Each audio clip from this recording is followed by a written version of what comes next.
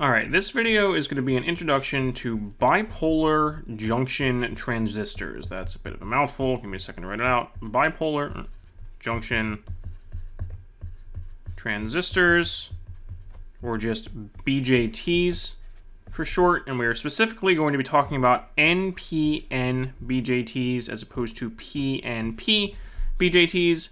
This is really a high-level kind of overview, intro to electronics for people who aren't electrical engineers, so I'm not getting into all the semiconductor physics about the differences between NPN and PNP. We're just going to use NPNs as a single example, and there are tons of other types of transistors. We're going to have one more video about MOSFETs after this one, but we are not going to go through, say, JFETs. There's other types. And then for MOSFETs, you have N-channel and P-channel. For BJTs, we have NPN, PNP. And we're kind of just going to focus on one example for each main type of transistor. So for the bipolar junction transistors, or BJTs, and for the MOSFETs in the next video, we're specifically going to talk about them in the context of using some sort of microcontroller. So maybe an Arduino, if you're taking an intro electronics course, to control a load that requires a lot of power. So a high power load, so something like a motor, or maybe a really, really bright LED that you can't just drive directly with an Arduino pin. Something that requires a lot of current that is more than your microcontroller, which has input and output pins that can control small things like LEDs, but can't really provide enough current to control something large like a motor directly. So we're going to think about transistors sort of like electronic control valves to control these higher power loads. So we're going to be talking about much bigger transistors than what you think about when you hear about Moore's law and transistors getting smaller and smaller and smaller and smaller, and now we're fitting billions of them on computer processors, that kind of thing. So that's not really the context we're talking about transistors in this course. Again, we're thinking about them kind of like a control valve. You have to be careful with the fluid analogy, but I'm going to use this a little more in a minute. So think of like kind of a valve that you would turn on a hose to control water flow, right? We have something that I can control here, and depending on how much I turn it, that determines how much water is going to flow through the pipe or the hose. That's not literally how it works with electrons. Again, kind of glossing over all the semiconductor physics of PN junctions and all of that. But conceptually, that is kind of how it helps to think about it. So an NPN BJT is a 3-terminal device represented by this symbol. We have a circle with kind of these lines inside. One of them has an arrow like that. And the 3 pins are our base, abbreviated B, the collector, abbreviated C, and the emitter, E. And what we will see throughout this video is that a very small current into the base, IB, allows you to control a much larger current into the collector, IC, and then both of those currents come out of the emitter, so the emitter current equals the base current plus the collector current, but the collector current is typically something like a factor of 100 bigger than the base current. So a very, very tiny control current from something lower power like your microcontroller, which again can't provide a lot of current directly. For example, on the Arduino Uno R3, it's about 20 milliamps per pin. On the newer Arduino R4, it's, I think, 8 milliamps per pin is the max. So you got on the order of milliamps there for your control signal, but then you might have something in hundreds of milliamps or amps for example, a small motor. So using a small current to control a larger current. And going back to the fluid analogy, if we think of this kind of like a pipe with a little T junction on the side here with a flap on a hinge, so my artistic rendering here, imagine I have a flap that can pivot about that point. And that means when I push some water in from the left here, that's going to open the flap and allow water to flow in from the top. So if I have just no flow, if this current equals 0, then this flap isn't going to open. And if I have pressure, and using the fluid analogy, thinking of pressure kind of like voltage, up here, but the flap's not open, so that current is just also equal to 0, then this is what's called the cutoff region of the BJT's operation. So it's just, I'm not sending any current into the base, and there's no current flowing in the collector or out the emitter. If I start sending some current into the base, then that flap is going to start to open. So if I have some pressure over here on the left and I push a little bit of water through there, then this flap is going to open, and that's going to let water start flowing through kind of the bigger part of the pipe. And for a while, this is going to be proportional. As I start to push more water in here on the left, the flap is going to open farther, and I'm going to get more water flowing this way. So this is called the active region of operation, where I'm getting this linear relationship between the amount of water I put in my control pin and the amount of water flowing into my collector or through the higher current part. But then eventually, that flap is going to open up all the way and not be able to open up anymore. So I put, once I reach a certain threshold, putting more water in from the left here isn't going to open this flap any farther. It's already open as far as it can be, and I've already kind of maxed out the amount of current I can have flowing through here, and that is called the saturation region of operation. So unlike something like a resistor, which you've seen previously, where it's just linear and we just have a single equation, Ohm's law, that kind of describes its operation regardless of the conditions, for the transistor, we now have this 3-terminal device and these 3 different operating conditions that are going to depend on the currents and voltages applied to the transistor. And again, this is not literally how it works with electrons. There's not a little physical gate that's opening up in there and letting electrons through, like I've drawn this hinged flap here with the fluid. You can go watch another video about actual semiconductor physics and how BJTs work if you really want to know all of that. But for purposes of this course, conceptually, I think the fluid analogy kind of works to give you a conceptual understanding of what's going on. Now, looking at those 3 operating regions for the transistor, instead of using the fluid analogy, again, we have cutoff first, where the current into the base is 0. We might have some tiny leakage current to the collector on the order of nanoamps or even smaller, but for practical purposes, we treat that like it's 0. And in this case, this is going to happen when we have our base, collector, and emitter. When, if you think of the base to emitter junction kind of like a diode, you may have noticed this little arrow symbol drawn in there. This is going to happen when the voltage between the base to the emitter is less than usually about 0.6 volts, or kind of what the forward voltage drop you would expect across a diode. So not enough forward voltage for that to conduct. So our base current is 0, and as a result, our collector current is almost 0. Not very that exciting, and for purposes of controlling this with something like an Arduino, where you're going to have digital pins, we'll talk about that more later in this video, that's basically you're applying no voltage to the base pin, so there's no current flowing through. Okay. Next, we have the active region. Again, we have our transistor symbol, B, C, and E. Now we are sending some current into the base, and our collector current is going to be roughly proportional to that base current. So we have some gain beta. You might see this used an H here for the variable instead of beta, depending on what textbook or website you look at. So we have the collector current equal to some constant times the base current, and then again the emitter current is going to be the base current plus the collector current, but this beta is usually on the order of 100 or so, so the base current is sort of negligible there. The dominant term is the collector current, which is pretty much equal to the emitter current. And then again, in this case, now the base emitter junction sort of acts like a forward bias diode, so we're going to have about a constant voltage drop there of roughly around 0.6 volts. Then we have the saturation region. Again, we have our base, collector, and emitter. And now the collector current, we're still sending some base current in, and we have our collector current. But our collector current is going to be less than beta times the base current. So we've saturated and we are no longer hitting that maximum potential current. So if I were to draw a graph of collector current versus base current, we kind of start off in cutoff where everything is 0. And then we have this active region for a while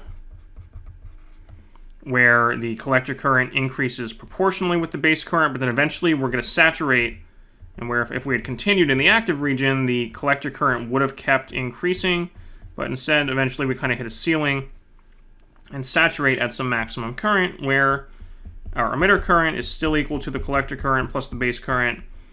But the voltage now between the collector and the emitter has reached some saturation point called Vsat, which is usually going to be somewhere around 0.2 volts. So we still have that kind of forward bias diode behavior across the BE junction of about 0.6 volts, and this will make a little more sense when we kind of work through these three stages with some numbers and example. But eventually, think of it, the voltage here can't go negative or below 0, so we kind of hit a saturation point, again, usually around 0.2 volts, and this will make more sense in an example in a minute. Another thing I want to note, I prefer this graph when illustrating this concept of the region, so active and saturation, where the currents are increasing proportionally to each other, and then saturate. But if you look in a textbook, you will usually see a graph where the x-axis is VCE, so the voltage between the collector and the emitter, and the y-axis is that current IC, and you will see multiple curves on the graph that look something like this. And at first glance, these graphs look similar, but again, the x-axis here is different. So in this graph, the active region is actually over here, and the saturation region is here. And you will see multiple curves on this graph for increasing values of base current. So here's IB1, IB2, IB3, and so on. So as base current increases, you'll see that as base current increases, that the collector current is also increasing. So that's kind of showing this region of this graph. But when VCE is very low, below about, sorry, getting down closer to this 0.2 volt range, closer to 0, then the collector current is less than what you would expect from the linear relationship. So see, if we extrapolate this over and say, oh, I would expect at a high enough base current, I would expect this collector current, then if VCE is too low, then you're actually below that value somewhere, which is like saying, oh, from the linear relationship, I would expect this, but I'm actually below that value here. So again, I don't find this representation as intuitive, but this is what you will see in most textbooks or websites if you're looking up a graph of BJT behavior. Okay, so let's now walk through an example of how you would actually use one of these things. So if, for example, I was going to control a load with an Arduino pin, so my Arduino pin voltage, we call this a digital input, it's going to be either 0 or 5 volts. That is going to go through a base resistor, so I don't connect it directly to the base of my BJT, because again, remember, if we think of this BE junction sort of like a diode, and we have some earlier videos about using a current limiting resistor on an LED, so I don't want to blow up my LED. If the voltage drop there is only going to be about 0.6 volts, then I don't want to connect 5 volts to it directly, or I'm going to kind of burn through or blow up that part of my transistors. So we have a current limiting resistor, RB, or base resistor,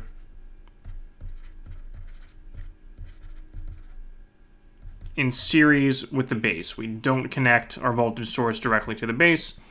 And then we are going to connect our emitter to ground, and we are going to have our load resistor, or whatever your load is, represented by a resistor RL here. Of course, we're not going to talk about inductive loads in this video. We're just using RL as the example. And that can be connected to some higher power supply, which you'll usually see represented as VCC. So this might be, for example, an external 12-volt source, or maybe it's also a 5-volt source, but it can provide more current than your Arduino can. So again, this is our lower voltage or lower power control pin, and this is our higher power source. So again, thinking back to the control valve analogy, we're using this tinier power or tinier current signal over here to control a larger current through the load. And for the sake of this example, let's say that we have a base resistor of 1 kilo ohm. That's usually going to be a pretty big value, because remember, it just requires a really tiny current here to control that larger current. We're going to have a load resistor that's 30 ohms, so think of that like a resistive heating element or something. Let's say our VCC power supply is 12 volts. The saturation voltage, VCE, for the transistor is going to be 0.2 volts. and the gain for the transistor is going to be 100. So if we first analyze this transistor in the cutoff region, and let's say that, again, forget the Arduino for a minute, say we somehow had some source that was only half a volt. I had a variable power supply, and I was feeding that into VCC, RL, RB. If I tried to feed that into the base, well, half a volt is not enough to forward bias the base. Remember, I need at least about 0.6 volts there, so that isn't forward biased, it's not conducting. That just means my base current is going to be 0, and my collector current is also going to be pretty much 0, approximately 0, so there's no current in my load. Not very exciting. Okay, what happens if I now start increasing this voltage? So again, sorry, I forgot, pretend we're not using a digital load here. Say I have a variable power supply where I can gradually start dialing up, digital source, not digital load. A power supply where I can gradually start dialing up that voltage. And say I have now increased it to 3.3 volts. So that's a common logic level supply. So I now have 3.3 volts there. And that's a terrible transistor drawing. Let me erase that one. Okay, I have 3.3 volts. Again, I have my RB, RL, and my VCC. And now I want to find, okay, what is the current through the load in this case? So now I know my voltage here is 3.3, so that's enough to forward bias my base emitter junction. So I'm going to have a voltage drop there of about 0.6. And I can calculate the voltage at the base. So if my emitter is tied to ground, then now I'm going to have 0 volts there. So the voltage at my base is then just going to be 0.6 volts. I now know the voltage drop over this resistor, and I can calculate my base current. So if I just apply Ohm's law to that resistor, V equals IR, the voltage drop over that resistor is 3.3 minus 0.6 equals my base current times the base resistance value, which I said earlier was 1 kilo ohm. So if I rearrange and solve that for IB, I'm going to get 2.7 milliamps. And I should have said right from the beginning, our motivation here is I want to know what is my load current or collector current. So given the voltage that I apply here, what current am I going to get through the load? And I can now calculate that. My collector current is beta times my base current, so that's 100 times 2.7, or 270 milliamps. And I want to double check that I'm in the active region and that the voltage I get at the collector here sort of makes sense. So I can calculate that as the voltage at the collector is going to be my VCC minus whatever the voltage drop across this resistor is. So that's going to be IC times RL. That's just using Ohm's law. So when I plug that in, I'm going to have 12 volts minus my 270 milliamps. Keep track of your units. I could also write that as 0.27 amps times RL, which is 30 ohms. And when I do that, I get 3.9 volts for my collector voltage, which is okay because it's greater than my saturation voltage. So I haven't saturated the transistor yet. So that whole analysis was in the active region. Next, I want to ask what happens if I keep increasing this input voltage, say, to 5 volts. So I'm now, say I went from using a 3.3 volt Arduino to a 5 volt Arduino. Exact same circuit, just a bigger input voltage. What happens now? And I'm going to start out doing the same process. I want to assume I am forward biased here. BCE. So I'm going to have a voltage of 0.6 there. I can now calculate my new voltage drop. So this voltage went up. So now to calculate my base current, I have V equals IR. That's going to be 5 volts minus 0.6 volts equals IB times RB, which is 1 kilo ohm. And if I can find it in my notes, I have a new base current of 4.4 milliamps when I do that calculation. And I can now calculate a new collector current of, again, 100 times that, which is going to be 440 milliamps. And I can now go through this process again, calculate my new collector voltage as VCC minus my new collector current times RL, so that's going to be 12 volts minus 0.44 amps times 1 kilo ohm. But when I do that this time, or sorry, times 30 ohms for my load resistor, make sure I didn't make that mistake over here. When I do that this time, I have a problem. I get negative 1.2 volts. And it does not physically make sense for the voltage here to be negative. If the voltage down here is 0, then I can't really have a voltage less than 0 there if I have 12 volts up here. So I know that my assumption that fell apart here was that I was in the active region where I still had IC equals beta times IB. So if I remember the graph we drew on the previous slide, when I did that calculation, if I have IC versus IB, I assumed that I was still here, still in this linear region of the graph to calculate that IC. That IC value, though, is far too large, and it then gives me a voltage drop over this resistor that is so large that in order for that to be true, the voltage, the current through that resistor, the voltage drop at this point would have to be less than 0, which physically doesn't make sense. So I know that I now must be in the saturation region, and this equation does not apply. My collector current is going to be less than beta IB, but I know that in saturation, my voltage drop here, VCE, is going to be equal to VSAT, so which I gave as 0.2 volts. So rather than finding the collector current first and then using that to find the voltage drop across the load, I assume a voltage drop here of 0.2 volts and then use that to find the collector current. So I didn't really save myself a lot of space here, but I now know that the voltage there is going to be 12 volts. Voltage on the other side of the resistor is going to be 0.2 volts. So to find the load current, I have V equals IR. I have 12 volts minus 0.2 volts equals the collector current times 30 ohms, the load resistance.